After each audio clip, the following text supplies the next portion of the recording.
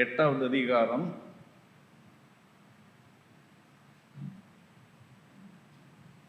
1 முதல் வாசிக்கிறேன்.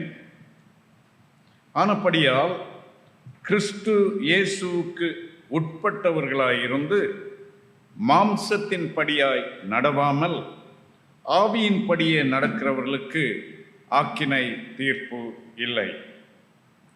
கிறிஸ்து இயேசுவினாலே ஜீவனுடைய ஆவியின் பிரமாணம் என்னை பாவம் மரணம் என்பவைகளின் பிரமாணத்தினின்று விடுதலையாக்கிற்றே. அதெப்படி எனில், மாம்சத்தினாலே பலவீனமாயிருந்த நியாயப்பிரமாணம் செய்யக்கூடாததை தேவன் செய்யும்படிக்கு தம்முடைய குமாரனை பாவ மாம்சத்தின் சாயலாகவும் பாவத்தை போக்கும் பலியாகவும் அனுப்பி மாம்சத்தின் பாவத்தை ஆக்கினைக்குள்ளாக தீர்த்தார். மாம்சத்தின்படி நடவாமல் ஆவியின்படி நடக்கிற நம்மிடத்தில் நியாயப்பிரமாணத்தின் நீதி நிறைவேறும்படிக்கே அப்படி செய்தார். அன்றியும் மாம்சத்தின்படி நடக்கிறவர்கள் மாம்சத்துக்குரியவைகளை சிந்திக்கிறார்கள், ஆவியின்படி நடக்கிறவர்கள் ஆவிக்குரியவைகளை சிந்திக்கிறார்கள். மாம்ச சிந்தை மரணம், ஆவியின் சிந்தையோ ஜீவனும் சமாதானம். எப்படி என்றால், மாம்ச சிந்தை தேவனுக்கு விரோதமான பகை. அது தேவனுடைய நியாயப்பிரமாணத்துக்கு கீழ்ப்படியக்கூடாமலும் இருக்கிறது. மாம்சத்துக்கு உட்பட்டவர்கள் தேவனுக்கு பிரியமாய் இருக்க மாட்டார்கள். தேவனுடைய ஆவி உங்களில் வாசமாயிருந்தால் நீங்கள் மாம்சத்துக்கு உட்பட்டவர்களாயிராமல் ஆவிக்கு உட்பட்டவர்களாய் இருப்பீர்கள்.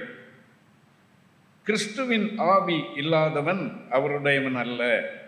மேலும் கிறிஸ்து உங்களில் இருந்தால் சரீரமானது பாவத்தின் நிமித்தம் மரித்ததாயும் ஆவியானது நீதி நிமித்தம் ஜீவனுள்ளதாயும் இருக்கும். அன்றியும் இயேசுவை மரித்தோரிலிருந்து எழுப்பினவருடைய ஆவி உங்களில் வாசமாயிருந்தால் கிறிஸ்துவை மரித்தோரிலிருந்து எழுப்பினவர் உங்களில் வாசமாயிருக்கிற தம்முடைய ஆவியினாலே சாவுக்கேதுவான உங்களையும் உயிர்ப்பிப்பார்.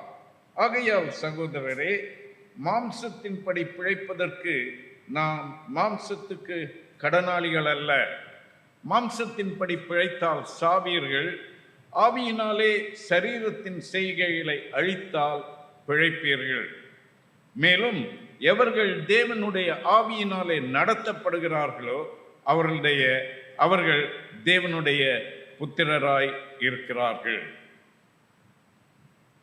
Being led by the Spirit of God. That is the title of today's message. தேவனுடைய ஆவியினால் நடத்தப்படுதல் என்றால் என்ன? நம் எல்லாரையுமே யாரோ ஒருவர் நடத்தி கொண்டுதான் இருக்கிறார். All of us are under the influence of one person or another at all the time. சமீபத்திலே அமெரிக்காவையும் உலகத்தையும் உலுக்கின ஒரு துப்பாக்கி சூடு நமக்கு தெரியும். அதிலே இன்றைக்கும் அமெரிக்கர்களுக்கு பெரிய புதிராக இருக்கிற ஒரு காரியம், இந்த 22 வயது பையன் ஏன் இதை செய்தான்? Why did he shoot? அது ஏதோ ஒரு முன் யோசனையின்றி தற்செயலாக நடந்துவிட்ட ஒரு காரியம் அல்ல. It is very clearly, very definitely a premeditated murder.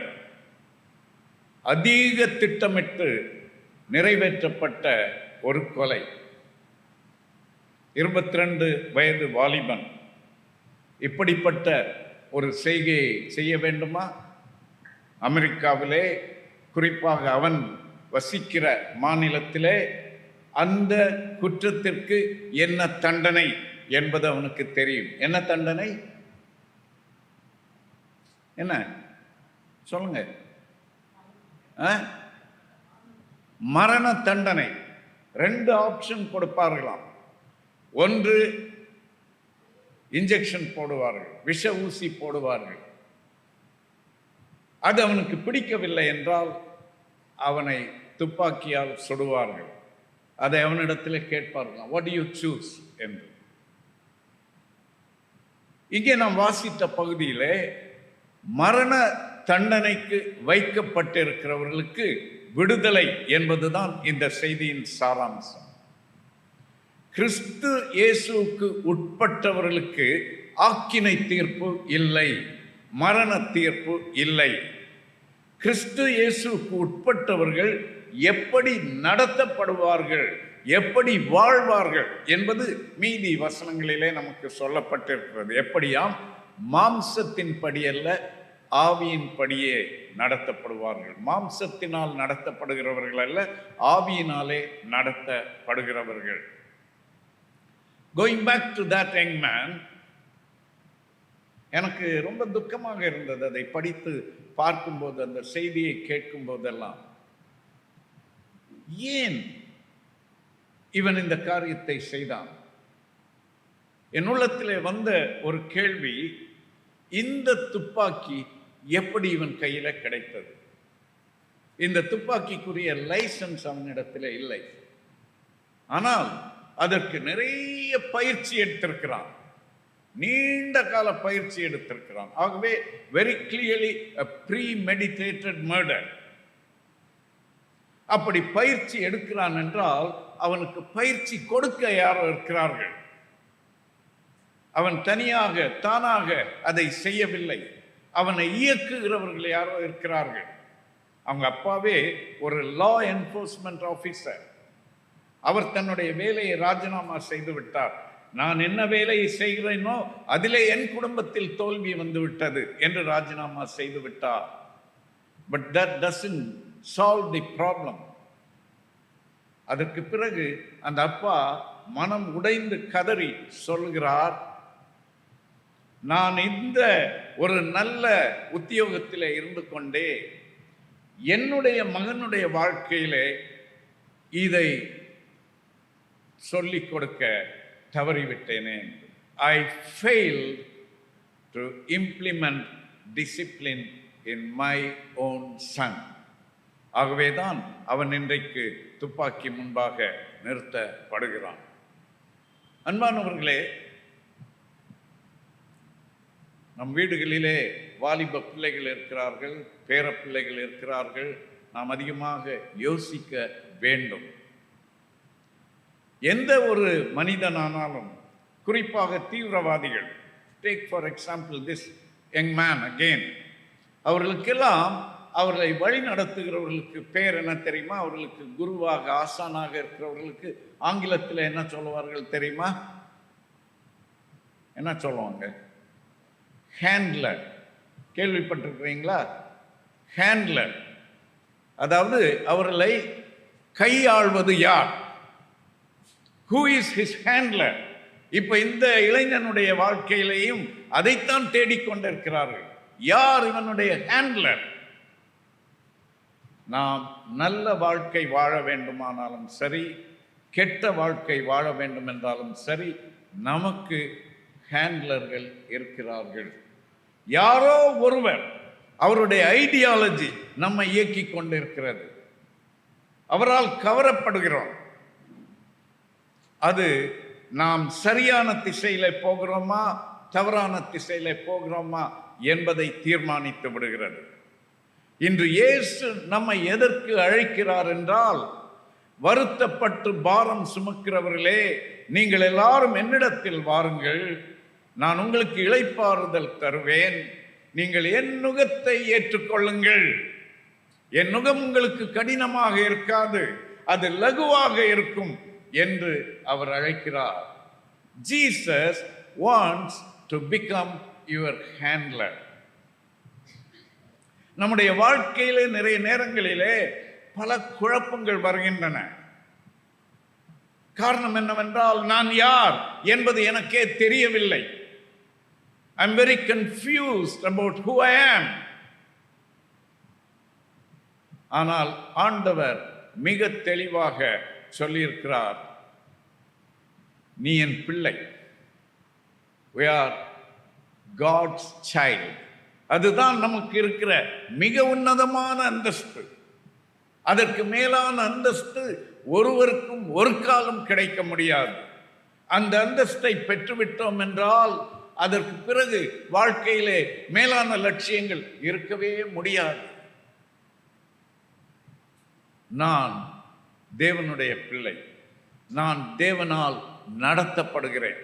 எவர்கள் தேவனுடைய ஆவியினால் நடத்தப்படுகிறார்களோ அவர்கள் தேவனுடைய புத்திரராயிருக்கிறார்கள். அதை தெளிவாக புரிந்து கொள்ள வேண்டும் என்றால் அதை திருப்பி சொல்ல வேண்டும். என்ன? தேவனுடைய புத்திரர்கள் தேவனுடைய ஆவியானவராலே நடத்தப்படுகிறவர்கள். சிலர் தங்களுடைய வாழ்க்கையை பற்றி ரொம்ப பிராக் பண்ணும்போது, ரொம்ப புகழ்ச்சியாக சொல்லும்போது சொல்லுகிறதை நான் கேட்டிருக்கிறேன். I am a self made man. கேள்விப்பட்டிருக்கிறீங்களா? ரொம்ப கஷ்டத்தில் இருந்து வந்திருப்பாங்க. இப்போ எத்தனை கார் இருக்கு என்று அவர்களுடைய அசிஸ்டண்ட்டை கேட்பாங்க. அவன் சொல்லுவான் 7. இல்லையா இப்போ ஒன்று வாங்க. ஆமாம் சார் 8 இருக்கு. அதில் ஒரு சந்தோஷம். I am a self made man. That's why the trouble is.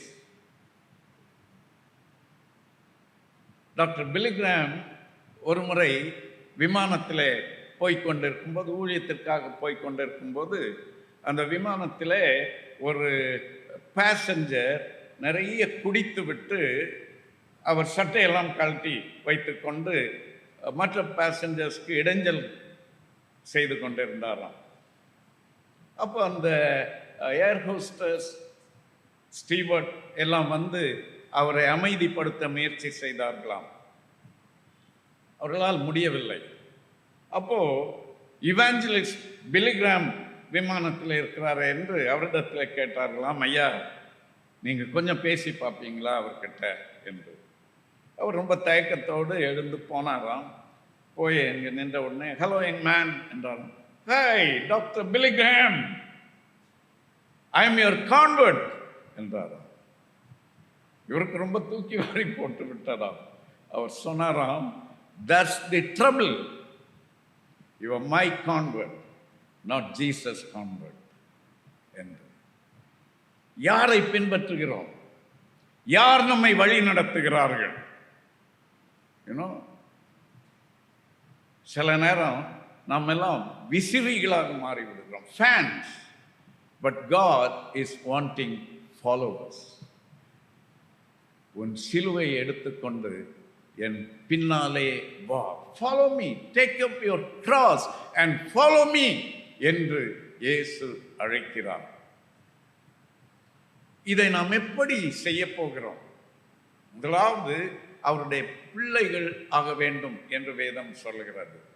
யோவான் 1வது அதிகாரம் 12வது வசனம் சொல்கிறது, அவருடைய நாமத்தின் மேல் விசுவாசம் உள்ளவர்களாய் அவரை ஏற்றுக்கொள்ளுகிறவர்கள் அவருடைய புத்திரராகும்படி அவர்களுக்கு அதிகாரம் கொடுத்தார். Step number 1, you get your ID card with Jesus. அந்த அதிகார பத்திரத்தை நீங்கள் பெற்றுக்கொள்ள வேண்டும். அந்த பத்திரத்தில் என்ன சொல்லப்பட்டிருக்க வேண்டும்? இவன், இவள் என்னுடைய பிள்ளை. அந்த பத்திரம் கிடைக்க வேண்டும் என்றால் அதன் நிபந்தனை என்ன? அவருடைய நாமத்தின் மேல் விசுவாசம் உள்ளவர்களாய் அவரை ஏற்றுக்கொள்ள வேண்டும். விசுவாசம் என்றால் சாத்தானுக்கே விசுவாசம் இருக்கிறது, அவர் தேவகுமாரன் என்று. என்ன விசுவாசம்? நான் பாவி என்றும் நான் பாதாளத்திற்கு செல்ல இருக்கிறவன் என்றும் இந்த இயேசு ஒருவருக்குத்தான் என்னுடைய பாவத்தை மன்னிக்க அதிகாரம் இருக்கிறது என்றும், அவரிடத்திலே போனால் என் பாவங்களுக்கு மன்னிப்பு கிடைக்கும் என்றும் விசுவாசித்து அவரை ஏற்றுக்கொண்டால் அவருடைய பிள்ளைகள் ஆகி விடுகிறோம். ஸ்டெப் நம்பர் 2, அவருடைய பிள்ளைகளாய் இருந்தால் அவருடைய ஆவியினால் நடத்தப்படுகிறவர்களாக இருக்க வேண்டும். What does it mean to be led by the Spirit of God? தேவனுடைய ஆவியினால் நடத்தப்படுகிற வாழ்க்கை என்றால் என்ன? சில நேரங்களிலே நாம் பார்க்கிறோம், ஆவிக்குரிய மனிதர், பெரிய ஊழியக்காரர், இதை சாதித்தவர், அதை சாதித்தவர், இல்லை என்றால் இந்த அம்மா நிறைய இத்தனை மணி நேரம் முழங்காலில் நின்று ஜெபிப்பார்கள், உண்மையாகவே ஆவிக்குரிய மனிதர் என்றெல்லாம் கேள்விப்படுகிற சிலருடைய வாழ்க்கையிலே இருக்கிற ரகசிய பாவங்கள், அவருடைய தோல்விகள், அவற்றை பார்க்கும்போது நமக்கு ஒரே குழப்பமாக இருக்கிறது. அப்ப ஆவிக்குரிய மனிதன் என்று ஒன்று கிடையாதா? இதெல்லாம் ஏமாற்றுத்தானா? இதெல்லாம் மாய்மாலம் தானா? அவர்கள் தங்களையே ஏமாற்றிக் கொள்கிறார்களா, இல்லை என்றால் நம்மை ஏமாற்றிக் கொண்டிருக்கிறார்களா? இப்படியெல்லாம் பல கேள்விகள் வருகின்றன. நம்முடைய வாழ்க்கையிலே சில நேரம் இந்த இரட்டை நிலைப்பாட்டை நாம் பார்க்கிறோம். டைகாட்டமி. பவுலே சொல்லுகிறார், நான் விரும்புகிற நன்மையை செய்யாமல் விரும்பாத தீமையே செய்கிறேன். நிர்பந்தமான மனுஷன், wretched man that I am. இந்த மரண சரீரத்திலிருந்து யார் என்னை விடுவிப்பார்? அதுதான் கேள்வி. ஆவிக்குரிய மனிதன் என்று சொன்னால் அவர் தோல்விகள் இல்லாதவர் அல்ல, தவறுகள் செய்யாதவர் அல்ல, பாவங்கள் செய்யாதவர் அல்ல. ஆவிக்குரிய மனிதன் என்றால் தேவ ஆவியானவரால், அதாவது பரிசுத்த ஆவியானவரால் வழி நடத்தப்படுகிற ஒரு மனிதன். இந்த தேவ ஆவியானவரால் வழிநடத்தப்பட வேண்டும் என்றால் நாம் நம்மை முதலாவது புரிந்து கொள்ள வேண்டும். தேவனுடைய ஆவியானவரை ஏற்றுக்கொள்ள வேண்டும். நம்மை புரிந்து கொள்வது எப்படி? நாம் என்னவாக இருக்கிறோம்? மனிதன் 3 பாகங்களால் ஆனவன். என்ன தெரியுமா? இல்லை, அது கிடையாது. 2 பாகம் என்று கேள்விப்பட்டிருக்கிறோம். அது என்ன? ஆள் பாதி ஆடை பாதி என்று.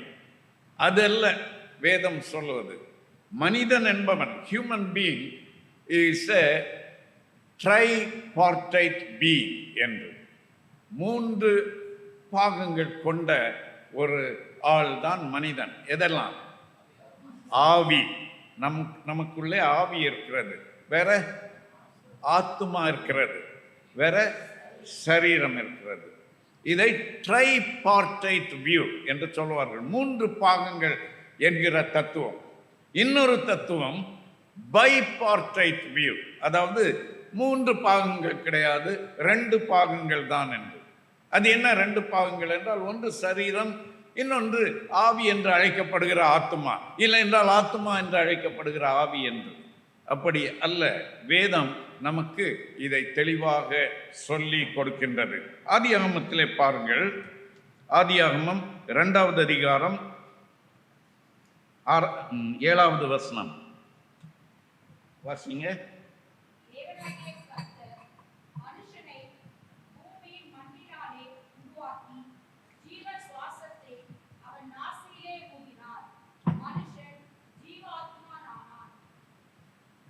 பாருங்க, அவர் எங்கிருந்து அவனை உருவாக்கினார்? மண்ணிலிருந்து. மண்ணிலிருந்து அவனுடைய சரீரத்தை உருவாக்கினார். உருவாக்கி கடைசியாக என்ன அவர் 2வதாக என்ன செய்தார்? ஜீவ சுவாசத்தை அவனுடைய நாசியிலே ஊதினார். ஆட்டுக்குட்டியை சிருஷ்டித்த நேரம் ஆண்டவர் அதை செய்தாரா? உங்க செல்ல நாய்க்குட்டியை சிருஷ்டித்த நேரம் ஆண்டவர் அதை செய்தாரா? Only for man. Only for man. Only man is connected with God in a very special, very unique way. என்ன? அவன் தேவ சாயலாக சிருஷ்டிக்கப்பட்டிருக்கிறான். தேவ ஆவியை அவனுக்குள்ளே ஊதி விடுகிறார். நீதிமொழிகள் சொல்கிறது, மனுஷனுடைய ஆவி கர்த்தர் தந்த தீபமாயிருக்கிறது. அந்த ஆவிதான் நம்மை சரியான வழியிலே நடத்தி கொண்டிருக்கிறது. தேவ ஆவியானவர் இருக்கிறார். அவர் மனிதனுக்கு ஒரு ஆவியை கொடுத்திருக்கிறார். ஆங்கிலத்திலே ஸ்பிரிட் என்று இருக்கும். வேதாமத்திலே ஆவி என்று சொல்லப்பட்டிருக்கிற இடங்களிலே எல்லாம் அது தேவனுடைய ஆவியை குறிக்கிறதா மனுஷனுடைய ஆவியை குறிக்கிறதா என்று எளிதிலே கண்டுபிடித்து விடலாம். எப்படி தெரியுமா? நீங்க ஒரு ஆங்கில வேதாகமத்தை எடுத்து அதிலே ஸ்பிரிட் என்று இருக்கிற அந்த வார்த்தையை பார்ப்பீர்கள் என்றால், தேவனுடைய ஆவியானவரை குறிப்பதாக இருந்தால் அந்த ஸ்பிரிட் எப்படி எழுதப்பட்டிருக்கும்? எஸ் கேபிட்டல் லெட்டரில் இருக்கும். எங்கெல்லாம் எஸ் கேபிட்டல் லெட்டரில் இருக்கிறதோ அங்கெல்லாம் தேவ ஆவியானவரை குறிக்கிறது. எஸ் ஸ்மால் லெட்டரில் இருக்கிறது என்றால் என்ன அர்த்தம்? நம்ம ஆவி, நம்முடைய ஆவியை குறிக்கிறது. ஓகே, ஸோ இந்த தேவனுடைய ஆவி மனிதனுடைய ஆவியோடு தொடர்பு கொள்ளுகிறது.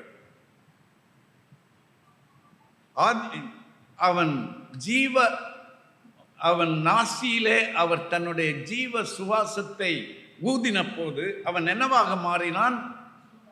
ஜீவ ஆத்துமா, a living soul, a spiritual soul. So he has body, he has spirit and he has soul. இந்த soul என்பதுதான் மனிதனுடைய செயல்பாடுகளிலே தெரிகிறது, அவனுடைய பர்சனாலிட்டியிலே தெரிகிறது, அவனுடைய உணர்ச்சிகளிலே தெரிகிறது, அவனுடைய சித்தத்திலே தெரிகிறது, அவனுடைய செயல்பாடுகளிலே தெரிகிறது. His actions and reactions reveal his soul. Eden தோட்டத்திலே ஆதாம் ஏவாள் பாவம் செய்த போது மரணம் வந்தது என்று வாசிக்கிறோம். அது என்ன மரணம்? உடனே அவர்களுடைய சரீரம் செத்து போய்விட்டதா? இல்லை. என்ன மரணம் வந்தது? அவர்களுடைய ஆவி செத்து போய்விட்டது. அதற்கு பிறகு பிறக்கிற எல்லா மனிதர்களும் பிறக்கும் போதே ஆவியிலே செத்தவர்களாகத்தான் பிறக்கிறார்கள். அவர்களுக்கு ஆத்மா இருக்கிறது, அவர்களுக்கு சரீரம் இருக்கிறது. அவர்களுடைய ஆவி என்ன நிலையில் இருக்கிறது? கோமா நிலையில் இருக்கிறது. Almost like dead. Only difference, it can be quicken. அதை உயிர் பெற செய்ய முடியும். அந்த நிலையிலே தான் இருக்கிறார்கள். ஆகவேதான் மறுபடியும் பிறப்பது என்றால் என்ன? அவனுடைய ஆவி உயிர்ப்பிக்கப்படுவது. ஸோ அதைத்தான் மறுபடியும் பிறப்பது என்று வேதாகமம் நமக்கு போதிக்கிறது. சரி, இப்போ ஆவி இருக்கிறது, ஆத்துமா இருக்கிறது, சரீரம் இருக்கிறது. 3 பேர். ஒரு போர்டு, நேற்று ஒரு போர்டு மீட்டிங்க்கு நான் போயிருந்தேன். அங்கே கொஞ்சம் தேர்தல் எல்லாம் நடைபெற்றது. அந்த தேர்தல் நடைபெறும் போது எந்த ஒரு போர்டு மீட்டிங்லையுமே இல்லை என்றால் அரசாங்கத்திலுமோ பாராளுமன்றத்திலோ இல்லை என்றால் சட்டமன்றத்திலோ எல்லாம் கூட யார் ஆளுகை செய்ய வேண்டும் என்பதை எப்படி தீர்மானிப்பார்கள்?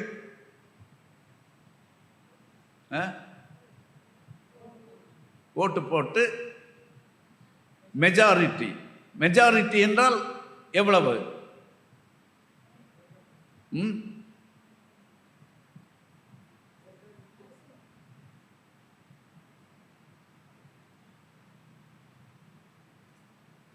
9 பேர் இருக்கிறாங்கன்னு வச்சுக்கோங்க. 9 பேர்ல எத்தனை பேர் ஓட்டு போட்டா மெஜாரிட்டி? 5 பேரா? ஓகே. ஆனால் சட்டம் என்ன சொல்லுகிறது தெரியுமா? 3/2 பங்கு. 3/2 பங்கு பேர் இருந்தால்தான் ஃபுல் மெஜாரிட்டி. 2/3 மெஜாரிட்டி. கேள்விப்பட்டிருக்கிறீங்களா? இதெல்லாம் பார்லிமெண்ட் ஆனாலும் சரி, இல்லை என்றால் மைனாரிட்டி கவர்மெண்ட் என்பார்கள். முந்தியெல்லாம் கேள்விப்பட்டிருக்கிறீங்களா? ஜெயலலிதா அம்மையார், கருணாநிதி அவர்கள் என்ன சொல்லுவார்? கருணாநிதியுடைய மைனாரிட்டி கவர்மெண்ட் என்று சொல்லுவார். அதன் ரகசியம் என்னவென்றால், அவருக்கு 2/3 மெஜாரிட்டி கிடைக்கவில்லை. ஆனாலும் அவருக்கு தான் அதிக எம்எல்ஏஸ் இருந்தார்கள். ஆகவே அவர் ஆட்சி செய்கிறார். ஸோ ஆனால் ஆண்டவர் சொல்லுகிறார் 2/3. இப்போ 3 இருப்பதில் மெஜாரிட்டி வேண்டும் என்றால் எத்தனை வேண்டும்? 3. 3ல் 2. சரீரம் இருக்கிறது, ஆவி இருக்கிறது, ஆத்மா இருக்கிறது. இந்த மனிதன் என்பவன் இந்த உலகத்திலே அவன் சரீரமாக செயல்பட்டு கொண்டிருக்கிறானா, ஆவியாக செயல்பட்டு கொண்டிருக்கிறானா, ஆத்மாவாக செயல்பட்டு கொண்டிருக்கிறானா? ஆத்மாவாக. நம்ம வழியில் போய் கொண்டிருக்கும் போது ஒரு அம்மா தடுக்கி விழுந்து விட்டார்கள் என்றால் அவர்களை பார்த்து என்ன சொல்லுவோம்? புவர் சோல், இல்லையா? புவர் சோல் அப்படின்னா என்ன அர்த்தம்? புவர் பாடி என்று சொல்ல மாட்டோம். புவர் பாடி என்று சொன்னோன்னா செத்து போனாங்கன்னு அர்த்தம்.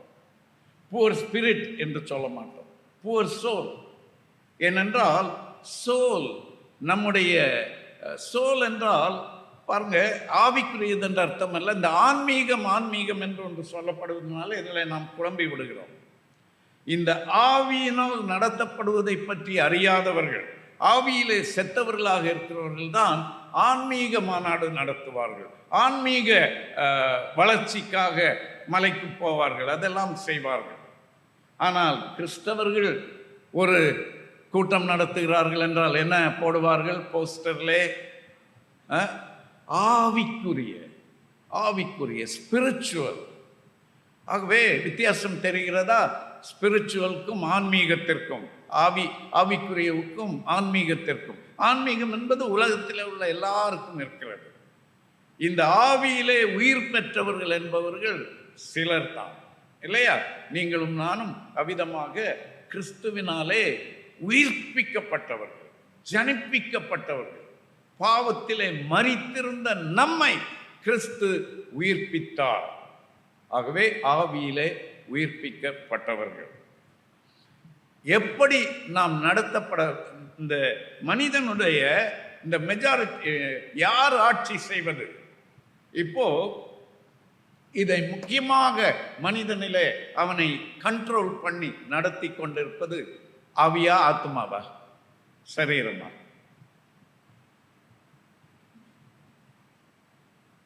ஆத்மா தான்.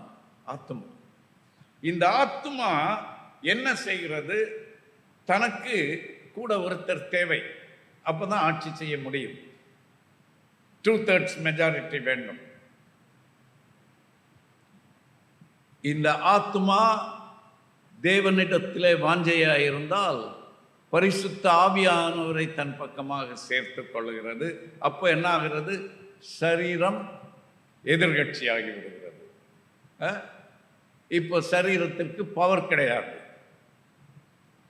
ஆனால் சில நேரங்களில் இந்த ஆத்மா என்ன பண்ணுது? சரீரம் அப்படி சைட் அடிச்சு கூப்பிடுது, ஏய் என்ன ரொம்ப ட்ரையாக போயிட்டு இருக்குது, ஒன்றுமே சரியில்லையா, வா அந்த பக்கம் என்னோட சேர்ந்துக்க என்ற உடனே இந்த ஆத்மா என்ன பண்ணி விடுகிறது? கட்சி தாவல் பண்ணி விடுகிறது. அப்போ ஆவியானவர் துக்கப்பட்டு ஒதுங்கி அப்படியே டார்மென்றாக இருந்து விடுகிறார். என் பிள்ளை இப்படி தன்னையே அழித்துக் கொள்ளுகிறானே என்று. ஆகவே தான் வெளிப்படுத்தலே சொல்லப்பட்டிருக்கிறது, இதோ வாசற்படியில் நின்று தட்டுகிறேன், ஒருவனின் சத்தத்தை கேட்டு கதவை திறந்தால் உள்ளே பிரவேசிப்பேன், அவனோடு போஜனம் பண்ணுவேன். So இந்த ஆவியானவர் எப்போதும் காத்து கொண்டே இருக்கிறார். He is always available. ஆவியானவரை நாம் துக்கப்படுத்த கூடாது. Spirit of God, come into me and rule over me. I want to always have your rule over my life என்று நம்மை ஒப்புக் கொடுக்க வேண்டும். சரி, இந்த ஆவியானவர் எப்படி நம்மை ஆளுகை செய்வார் என்றால், அவர் நம்முடைய ஆவியோடு தன்னை இணைத்துக் கொள்வார். நம்முடைய ஆவியிலே அவர் குடியிருப்பார். அவர் நம்முடைய ஆவியிலே குடியிருக்கும் போது இப்போ இந்த ஆத்துமா நம்முடைய ஆவியின் கட்டளையை பெற்று நடக்கும் என்றால் நாம் ஆவிக்கு உரியவர்களாய் இருப்போம். ஆனால் இந்த ஆத்துமா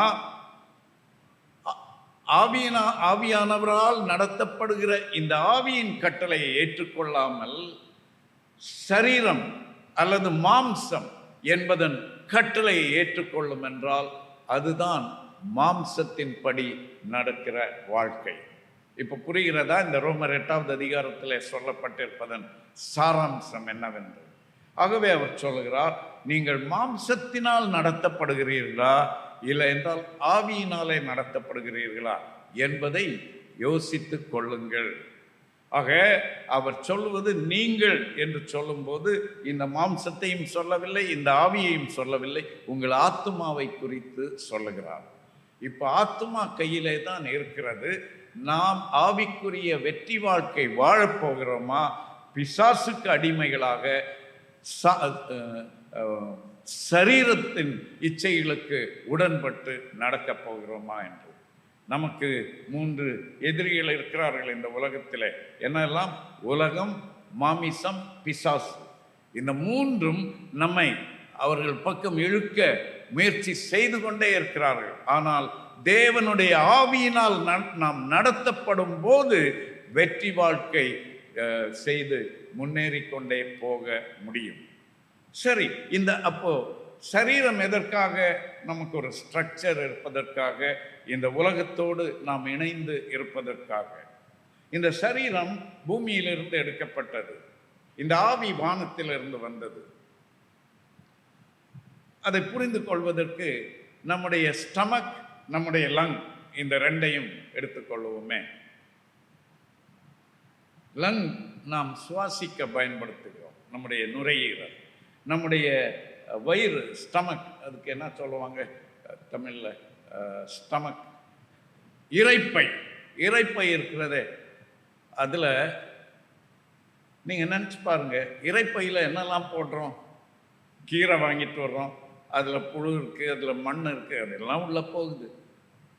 ஆனால் இரைப்பை இந்த பூமிக்கு அடுத்தது, அதனால் அதெல்லாம் மேனேஜ் பண்ணிக்கும்.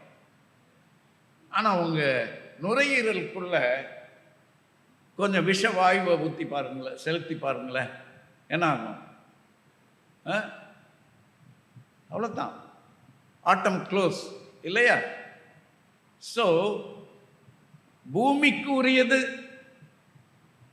is able to accept many things. நான் ஒரு முறை இந்த குடலை சோதிப்பார்கள், எண்டோஸ்கோப்பி ஒருத்தருக்கு பண்ணும்போது ஆஸ்பத்திரியில் அவரோடு இருந்தேன். அந்த எண்டோஸ்கோப்பி பண்ணுகிற இயந்திரங்கள், அந்த உள்ள அனுப்புகிற செலுத்துகிற அதை அவங்க சும்மா கொண்டு டேப் வாட்டரில் தான் வாஷ் பண்ணுறாங்க, வாஷ் பேசனில். அப்போ நான் யோசித்தேன், ஆஸ்பத்திரி, பெயர் பெற்ற ஆஸ்பத்திரி, உலக அளவில் பெயர் பெற்ற ஆஸ்பத்திரி, ஏமாத்துறாங்களா? எப்படி செய்கிறார்களே என்று. பக்கத்தில் லங் டிபார்ட்மெண்ட், அங்கே அவங்க ஒரு ஸ்கோப் யூஸ் பண்ணுறாங்க லங் எக்ஸாமின் பண்ணுறது. அதை வாஷ் பண்ணணுன்னா என்ன ப்ரிப்ரேஷன், என்ன கேர். அப்போ நான் டாக்டர் இடத்துல கேட்டேன், ஏன் டாக்டர், லங்குக்குள்ளே போடுறதுக்கு அவ்வளோ கேர் எடுக்கிறீங்க, ஏன் இந்த இரைப்பைக்குள்ளே போடுறதுக்கு அதை பற்றி ரொம்ப கவலைப்பட மாட்டேன்? அந்த இரைப்பையில் தான் ஏற்கனவே என்னென்னமோ சாக்கடையெல்லாம் இருக்கிறது, இதனால் அதற்கு எந்த பாதிப்பும் வரப்போவதில்லை. ஆகவே தான் இயேசு சொன்னார், என்ன சொன்னார்? உங்கள் சாப்பிடுவதனால, உங்கள் வாய் வழியாக போவதனால உங்களுக்கு பாதிப்பு வராது, உங்களிடத்திலிருந்து புறப்படுகிறதுனால தான் பாதிப்பு வரும் என்று. ஆக சரீரம், இந்த ஆத்மா என்ன செய்ய வேண்டும் என்றால், ஆவி, பரிசுத்த ஆவியானவருடைய வழிநடத்துதலை இந்த மனுஷனுடைய தன்னுடைய ஆவியிடமிருந்து பெற்றுக்கொள்ள வேண்டும். ஆத்துமா ஆவிக்கு தன்னை கீழ்ப்படுத்த வேண்டும். இந்த ஆத்துமா எப்பவுமே ரொம்ப அரகன்ட், ரொம்ப கர்வமானது. அதுக்கு ஆவிக்குரியதுனாவே சும்மாவே பிடிக்காது. எப்பவுமே our soul has a tendency to lean towards the flesh.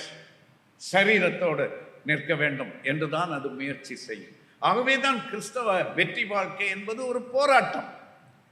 It's not a natural gravitation. It is a battle against the current. எதிர்நீச்சல் போட்டு வாழ்கிற வாழ்க்கை தான் வெற்றி வாழ்க்கை.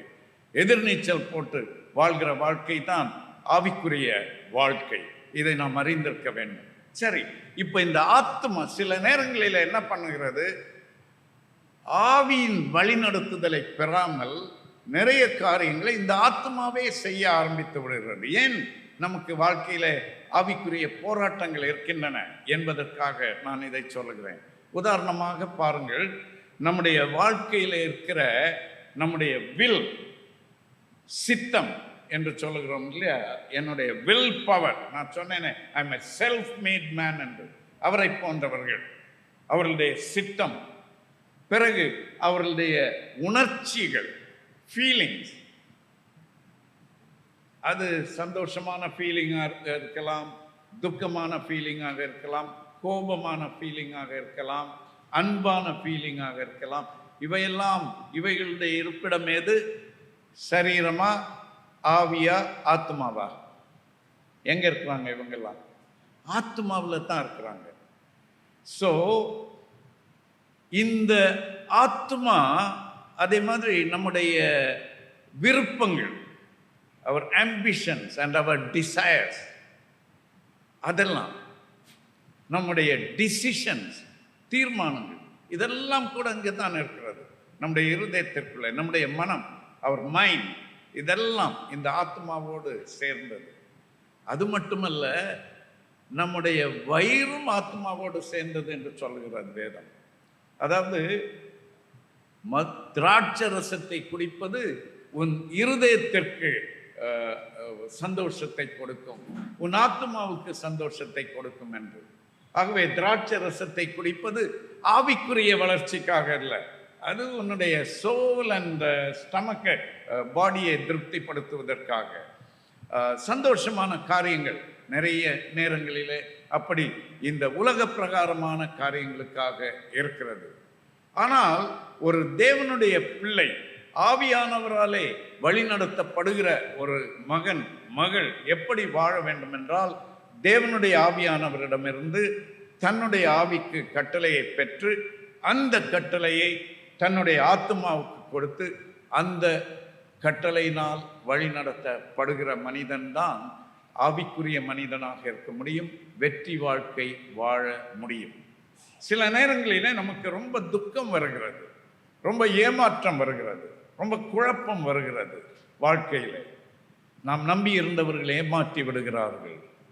நாம் பெரிதாக எதிர்பார்த்த ஒரு காரியம் படுதோல்வியாக முடிந்து விட்டது.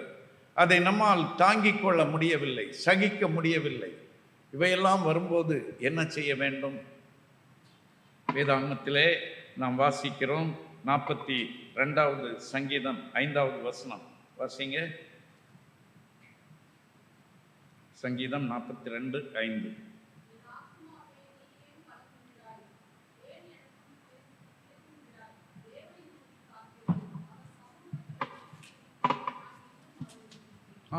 பாருங்க, நம்முடைய ஆத்மா கலங்கும், நம்முடைய ஆத்மா தியங்கும். அப்போ என்ன செய்ய வேண்டும்? Don't go to the wrong lawyer, don't go to the wrong counselor, don't go to the wrong person. நம்ம ஏற்கனவே ரொம்ப கோபத்தில் இருப்போம், தவறான ஆளை போய் பார்த்து விட்டோம் என்றால் அவர்கள் நம்முடைய கோபத்திற்கு தீனி போட்டு விடுவார்கள். அந்த நேரத்தில் நமக்கு தேவை என்ன? நிதானம், ஆறுதல், சரியான வழிகாட்டுதல் தேவை. So it's very important who we choose as our handlers, even to sort out the issues that rise in our soul. சங்கீதக்காரன் சொல்கிறார், என் ஆத்துமாவே நீ ஏன் எனக்குள் கலங்குகிறாய், ஏன் தியங்குகிறாய், கர்த்தரை நோக்கி காத்திரு.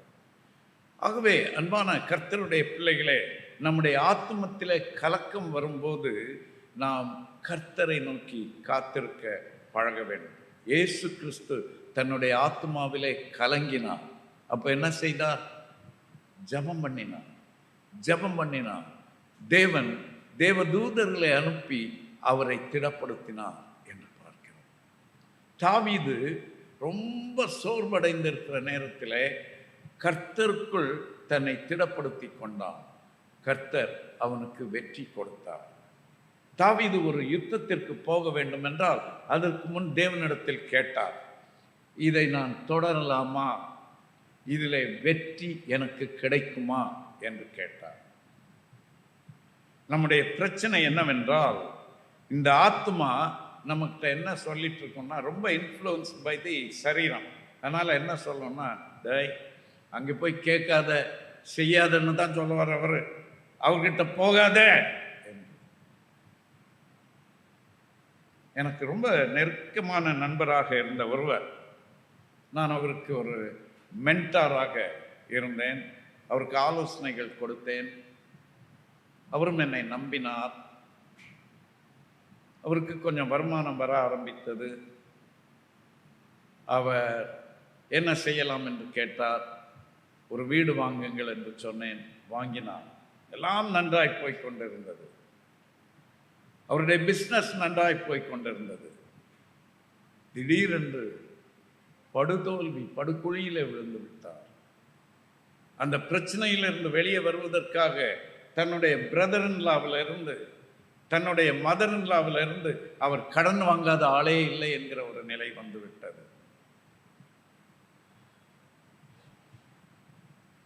அதற்கு பிறகுதான் எனக்கு தெரிய வந்தது, அவர் எடுத்த ஒரு தவறான தீர்மானம் அவரை படுகொழியிலே தள்ளிவிட்டது.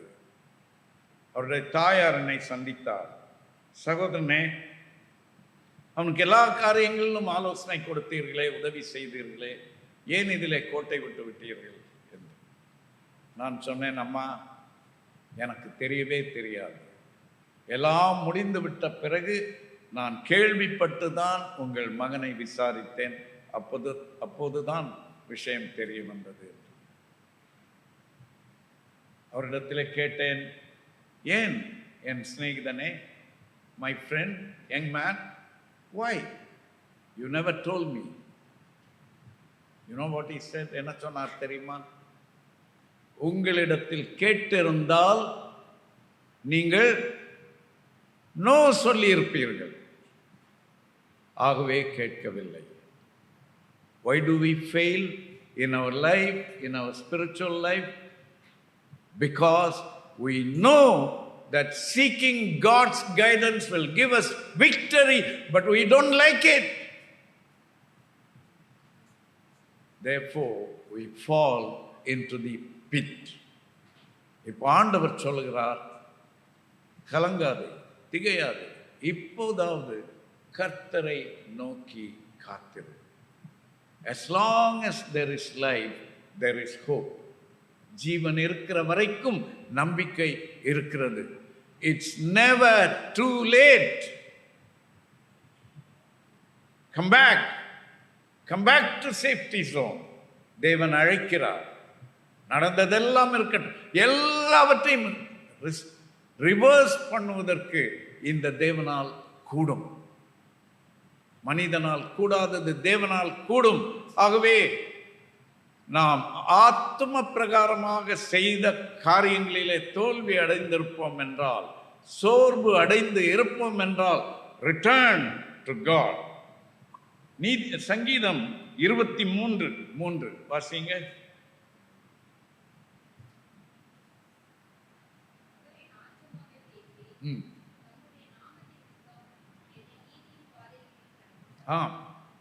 ரெண்டு காரியங்களை செய்வாராம் அவர். என்ன எல்லாம் செய்வார்? ஒன்று, உன் ஆத்துமாவை தேற்றுவார். He comforts. என்ன சொல்லப்பட்டிருக்கிறது? he restored. ரெஸ்டோர் பண்ணுவார். ரெஸ்டோர் பண்ணுவார். குழியில கிடக்கிறாய், என்ன செய்வார்? உடனே வந்து விபத்தில் சிக்கி கொண்டு இருக்கிற ஒரு மனிதனுக்கு உடனடியாக மருத்துவ உதவி தேவையா, ஆலோசனை தேவையா? நீ இனிமேல் எல்லாம் இப்படி பண்ணக்கூடாது தெரியுதா என்றா சொல்ல வேண்டும்? அங்கே போய் நின்று கொண்டு ஐயோ வா வா வா என்று எப்படி அவர் உயிரை காப்பாற்றுவது, எவ்வளவு விரைவாக மருத்துவமனைக்கு எடுத்து செல்வது இல்லையா? That is restoration. My God wants to restore you. Restore செய்து என்ன செய்வார்? தம்முடைய நாமத்தின் நிமித்தம் என்னை நீதியின் பாதைகளில் நடத்துவார். நீ என்னிடத்திலே வந்து விட்டபடியினால் பிழைத்துக் கொண்டாய். Come, I will restore you and I'll give you a path to walk. நீதியின் பாதையிலே மீண்டும் உன்னை கொண்டு நிறுத்துவேன் என்று ஆண்டவர் சொல்லுகிறார். சில நேரங்களில் நம்முடைய வாழ்க்கையே முடிந்து விட்டது என்று நினைக்கிறோம். எல்லாம் போய்விட்டது, என் மானம் போய்விட்டது, என்னுடைய செல்வம் போய்விட்டது, வீட்டை இழந்து விட்டேன், சொத்தை இழந்து விட்டேன், பேரை இழந்து விட்டேன், சுகத்தை இழந்து விட்டேன், எல்லாம் போனது என்று சொல்லுகிறாயா? ஆண்டவர் சொல்லுகிறார், நான் உன்னை ஆத்துமாவை தேற்றுவேன். I will restore you and I will place you in the path of righteousness. நீதியின் பாதையிலே மீண்டும் நீ நடக்கச் செய்வேன், மீண்டும் வெற்றி பெற உனக்கு ஒத்தாசை செய்வேன் என்று ஆண்டவர் சொல்கிறார். நம்முடைய ஆத்மா இளைப்படைய நாம் விட்டுவிடக்கூடாது. இந்த ஆத்மா ஆவியோடு தொடர்பிலேயே இருக்க வேண்டும். அதற்காக நாம் ஜெபத்தில் நேரம் செலவிட வேண்டும். இடைவிடாமல் ஜெபம் பண்ணுங்கள் என்று சொல்லப்பட்டிருக்கிறதே. அப்படி என்றால் என்ன அர்த்தம்? 24 மணி நேரமும் வீட்டின் அறை வீட்டை பூட்டிக் கொண்டு முழங்காலிலே நின்று ஜெபித்து கொண்டே இருக்க வேண்டும் என்று ஆண்டவர் சொல்லவில்லை. ஆங்கிலத்திலே ப்ரே விதவுட் சீசிங் என்று சொல்லப்பட்டிருக்கிறது. அதன் அர்த்தம் என்னவென்றால் do not cease praying. ஜெபிப்பதை விட்டுவிடாதே, சபைக்கு செல்வதை விட்டுவிடாதே என்பது ஒன்று, ஜெபிப்பதை விட்டுவிடாதே அதுவும் முக்கியமானது. சில நேரங்களில் நம்ம என்ன அதெல்லாம் விட்டேன் பிரதர், எவ்வளவோ நான் என்ன மாதிரி ஃபாஸ்ட் பண்ணவங்க கிடையாது, என்ன மாதிரி ப்ரேயர் பண்ணவங்க கிடையாது, ஆனால் அதெல்லாம் ஒன்றும் பிரயோஜனம் இல்லை பிரதர், விட்டுட்டேன் எல்லாம். No no no no no get up, எழுந்திரு, குப்பையிலிருந்து எழுந்திரு, உளையான சேற்றிலிருந்து எழுந்திரு. அவர் உன்னை உன்னதங்களிலே நிறுத்த விரும்புகிறார். He is still not through with you. அவர் உன்னை கைவிட்டு விடவே மாட்டார். உன்னை உன்னதங்களுக்கு கொண்டு செல்ல அவர் விரும்புகிறார். Join him, yield to him, surrender to him. ஜெபம், மீண்டும் ஜெபிக்க ஆரம்பியுங்கள். மீண்டும் குடும்ப ஜெபத்தை ஆரம்பியுங்கள். மீண்டும் தனி ஜெபத்தை ஆரம்பியுங்கள். ஜெபம் என்று சொல்வது, ஆண்டவரே இதை கொடும், இன்றைக்குள்ளே எனக்கு 10,000 ரூபாய் 10 மணிக்குள்ளே கிடைத்து விட வேண்டும், அதற்கு 10 நிமிடம் தாமதித்தாலும் என் உயிரே போய்விடும் என்றல்ல. ஆண்டவரே உம்மை நம்புகிறேன், நீர் என்ன சொல்ல விரும்புகிறேன்? You know, many times more than providing that money, God may provide you new ideas. அதற்கு அவருடைய சமூகத்திலே காத்திருக்க வேண்டும். அதிகாலையில் என்னுடைய வாழ்க்கையிலே 3 மணிக்கு கர்த்தர் எழுப்புவார். எழுப்பி நிறைய காரியங்களை எனக்கு சொல்லிக் கொடுப்பார். நிறைய காரியங்கள். சில நேரங்களில் உடனடியாக வேகமாக எழுந்து போய் எழுதி வைத்து விடுவேன், இல்லை என்றால் மறந்து விடும். Many things. God is looking for time that you will give him so that he can interact with you. அவரோடு பேச விரும்புகிறார். அவருடைய வசனத்தின் மூலம் பேசுவார். Do we spend time with God's word? இல்லை என்றால் கடமைக்காக ஏதோ ஒன்றை வாசிக்கிறோமா? புரிகிறதோ புரியவில்லையோ ஒரு நாளைக்கு ஒரு அதிகாரம் வாசித்து விட வேண்டும், இல்லை என்றால் ஸ்கூட்டர் ஆக்சிடென்ட் ஆகிவிடும் என்று நினைத்து செய்து கொண்டிருக்கிறோமா? No. Spend time with him. Reading and understanding his word, listening to அவருடைய மெல்லிய குரல். அந்த குரல்ல அவர் உன்னோடு அமைதியிலே பேசுவார். Not in the busyness of life, but in quiet moments, the Spirit of God will interact with you. So create time so that God can speak with your soul. உன்னுடைய ஆத்துமா தவறான வழியிலே நடந்து விடாதபடி அதை காத்துக்கொள்ள ஆண்டவருக்கு இடம் கொடு. அவர் உன்னை கட்டி எழுப்புவது உன்னுடைய ஆத்மாவிலே தான் அவர் இடைபெற வேண்டும். உன்னுடைய ஆவி உன்னுடையதல்ல. உன்னுடைய ஆவியை நீ பயிற்றுவிக்க முடியாது. அது கர்த்தர் தந்த தீபம். அதை உயிரோடு மட்டும்தான் வைத்திருக்க உன்னை கேட்கிறார். ஆகவே தற்கொலை ஒரு முடிவல்ல. தற்கொலை ஒரு முடிவல்ல. அவர் தந்த ஆவி அவரிடத்திலே போகிற வரைக்கும் அது உன்னுடைய உத்தரவாதத்திலே இருக்கிறது. உங்கள் சரீரம் கர்த்தர் தங்குகிற, தேவன் தங்குகிற ஆலயமாயிருக்கிறது. The Spirit of God dwells in your body. ஆகவே அதை நீங்கள் அசுத்தப்படுத்த கூடாது. அதை நீங்கள் பாதுகாக்க வேண்டும். சில நேரங்களில் நம்முடைய ஓன் பர்சனல் ஹைஜீன் பற்றி கூட சரியான ஒரு புரிந்து கொள்ளுதலோடு இருப்பதில்லை. நல்ல ட்ரெஸ் போடுறதெல்லாம் யாருக்காக? மற்றவங்களை Impress பண்றதுக்காகத்தான். What about when you are alone? What about when you are at home? What about your bed sheets? What about your pillows, pillowcases? What about your sofa sets? What about the cleanliness of your house? உன் வீடு தேவன் தங்குகிற வீடாக இருக்க வேண்டும். உன் சரீரம் தேவன் தங்குகிற ஆலயமாக இருக்க வேண்டும். இஸ்ரவேல் ஜனங்கள் வனாந்திரத்திலே நடந்து கொண்டிருந்த போது அவர்களுக்கு தங்குவதற்கு வீடு கிடையாது. கூடாரங்களிலே இருந்தார்கள். அவர்கள் மலஜலாதி கழிப்பதற்கு அவர்களுக்கு டாய்லெட் கிடையாது, பப்ளிக் டாய்லெட்டும் கிடையாது.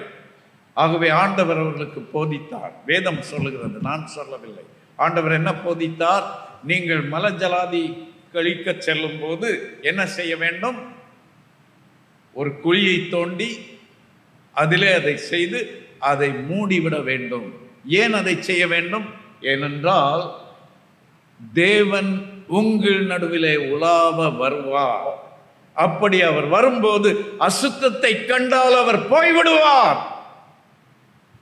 God hates filth,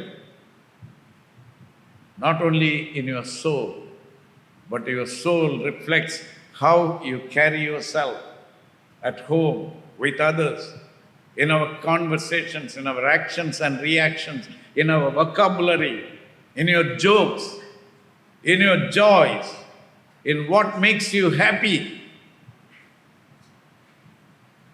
சில நேரங்களிலே நாம் நிறைய சிக்கல்களிலே மாட்டிக்கொள்கிறோம். தவறான இன்பங்களை நான் தேடுவதனாலே. ஒரு ரொம்ப நல்ல பையன் என்று பெயர் பெற்றவன், அவனுக்கு பெண் பார்த்தார்கள். எங்களுக்கு சொந்தக்காரன் கூட, எங்களுடைய சொந்தக்காரர் இன்னொரு பெண், அவளை பெண் பார்த்தார்கள். எங்களிடத்தில் கேட்டார்கள்.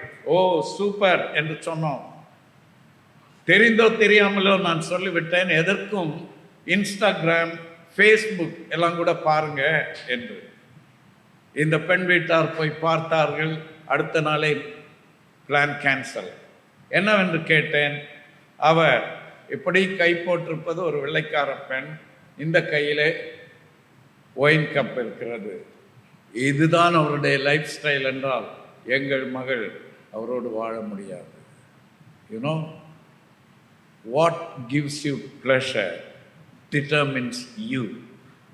Therefore, இருளிலும் வெளிச்சத்திலும் எல்லா இடத்திலும் ஒரே கன்சிஸ்டன்ட் லைஃப் வாழ பழக வேண்டும். ஆகவே நம்முடைய ஆத்துமாவை குறித்து நாம் மிகவும் எச்சரிக்கை உள்ளவர்களாக இருக்க வேண்டும். எபிரேயர் 4:12. நேரம் ரொம்ப ஆகிவிட்டது, முடித்து விடுகிறேன் உடனடியாக. வாசிங்க எபிரேயர் 4:12. ம் ம் ம் ம் ம் ம் ஆ ஆ ஆ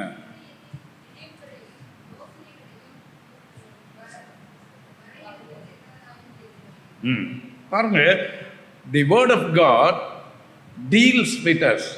எப்படி அது நம்மோடு டீல் பண்ணுகிறது என்றால்,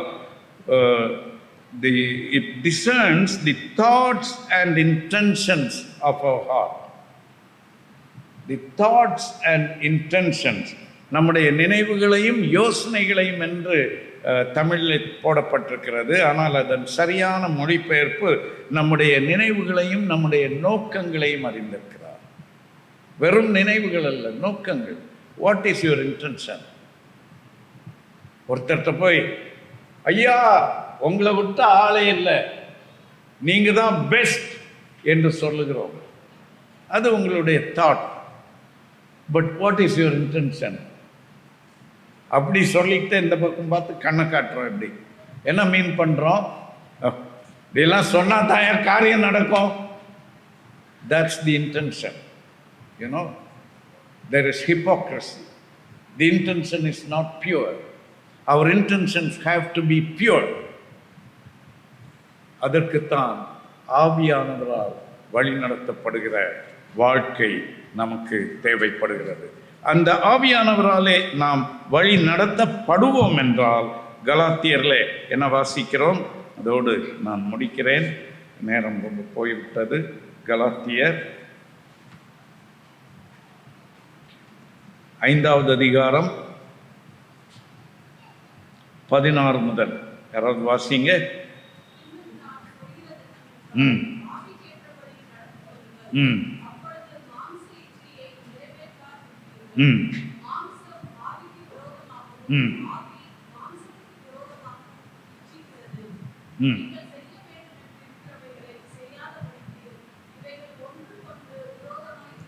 பாருங்க, இங்கே தெளிவாக பவுல் அதை விவரிக்கிறார். மாம்சத்துக்கும் ஆவிக்கும் தான் போட்டி. ஆனா இதுல யார் அதிகாரத்தில் இருப்பது? மாம்சமும் அல்ல, ஆவியும் அல்ல, ஆத்துமா தான். ஆத்துமா எதை சேர்த்து கொள்ளுகிறதோ அதற்குத்தான் வெற்றி.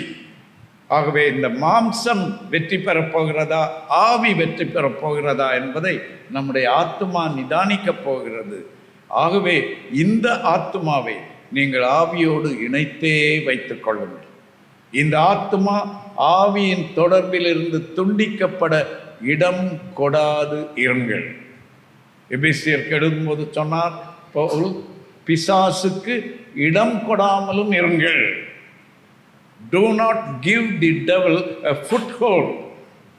Foothold கொடுத்தால் போதும். முன்பெல்லாம் நான் வாலிபனாக இருக்கும்போது சென்னை சிட்டி பஸ்ஸில் முன் பக்கத்து வாசல் லேடிஸ் ஏறுவதற்கு, பின்பக்கத்து வாசல் ஜென்ஸ் ஏறுவதற்கு. இப்போ அப்படித்தானா தெரியல, எப்படின்னு ஏறுறதுக்கு ஒரு வழி. அப்போ என்ன பண்ணுவாங்கன்னா, அந்த காலேஜ் பாய்ஸ் கையில் மேக்சிமம் ஒரு டைரி மாதிரி ஒரு புக்கு வைத்திருப்பான், அவ்வளோதான். அவன் பஸ்ஸு நின்ன உடனே எல்லாம் ஏற மாட்டான். பார்த்துருக்குறீங்களா? ஏற மாட்டான். பஸ்ஸு விசில் அடித்த பிறகு, பஸ்ஸு மூவ் ஆன பிறகு ஓடுவான். ஓடி போய் பிடிப்பான். அந்த ஹேண்டில் ராடை பிடிச்சிட்டு என்ன பண்ணுவான், ஒரு காலை ஃபுட்போர்டில் வச்சுக்குவான். ஒரு கால் பெருவிரல் மட்டும்தான் ஃபுட்போர்டில் இருக்கும், ஒரு கை அப்படி அவர் ஸ்விங் பண்ணிட்டே போவார். அவர் எல்லா கேர்ள்ஸும் பார்க்கணுமா.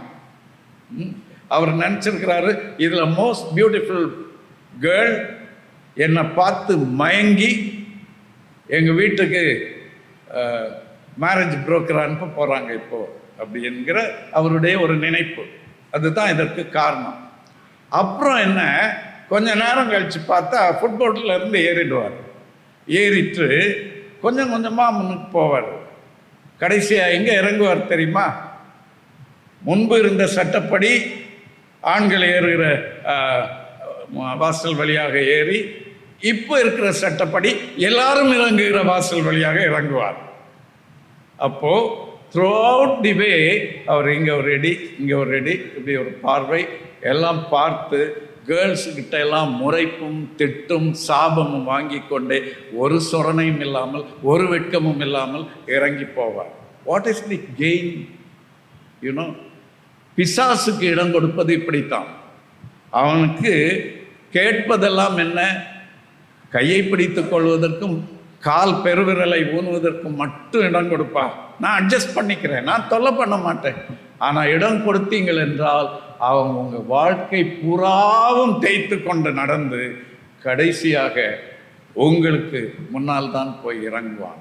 ஆகவே தான் சொல்கிறார், பிசாசுக்கு இடம் கொடாது இருங்கள், ஆவிக்கு ஏற்றபடியாக நடந்து கொள்ளுங்கள், மாம்ச இச்சைகளை நிறைவேற்றாமலும் இருங்கள் என்று பவுல் நம்மிடத்திலே கேட்கிறார். 15வது வசனம் வாசிங்க.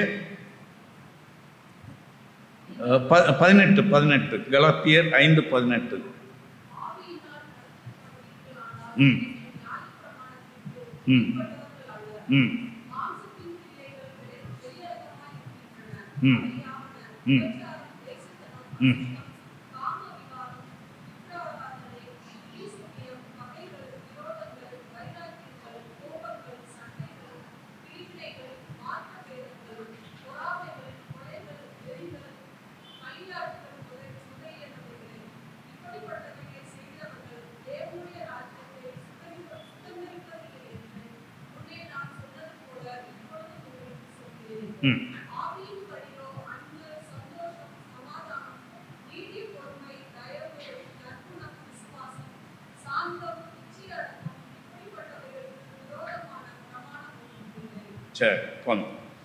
ஆகவே அன்பான கர்த்தருடைய பிள்ளைகளே, ஆவியினால் நடத்தப்படுவோம் என்றால் சரீர பிரகாரமான இச்சைகளை நம்முடைய வாழ்க்கையில் இடம் கொடுக்க மாட்டோம், பிசாசுக்கு இடம் கொடுக்க மாட்டோம். ஆவியினால் நடத்தப்படுவோம் என்றால் ஆவியின் கனியை கொடுக்கிறவர்களாக வாழ்வோம். கர்த்தர் தாமே அவ்விதமாக நம்முடைய ஆத்துமாவை, ஏனென்றால் பவுல் சொல்கிறார், அவர் நம்முடைய ஆவி ஆத்துமா சரீரம் அனைத்தையும் கரையற்றதாக அவர் ஏற்றுக்கொள்ளும்படி நடந்து கொள்ளுங்கள் என்று கர்த்தர் தாமே அவ்விதமான கிருபையை தந்து இந்த தெளிவோடு நம்முடைய ஆத்துமாவை ஆவிக்குள்ளே காத்து, ஆவிக்குள்ளே பலப்பட்டு, ஆவிக்குள்ளேயே வாழ்கிற மனிதர்களாக நடந்து கொள்ள கர்த்தர் உங்களுக்கு உதவி செய்வாராக.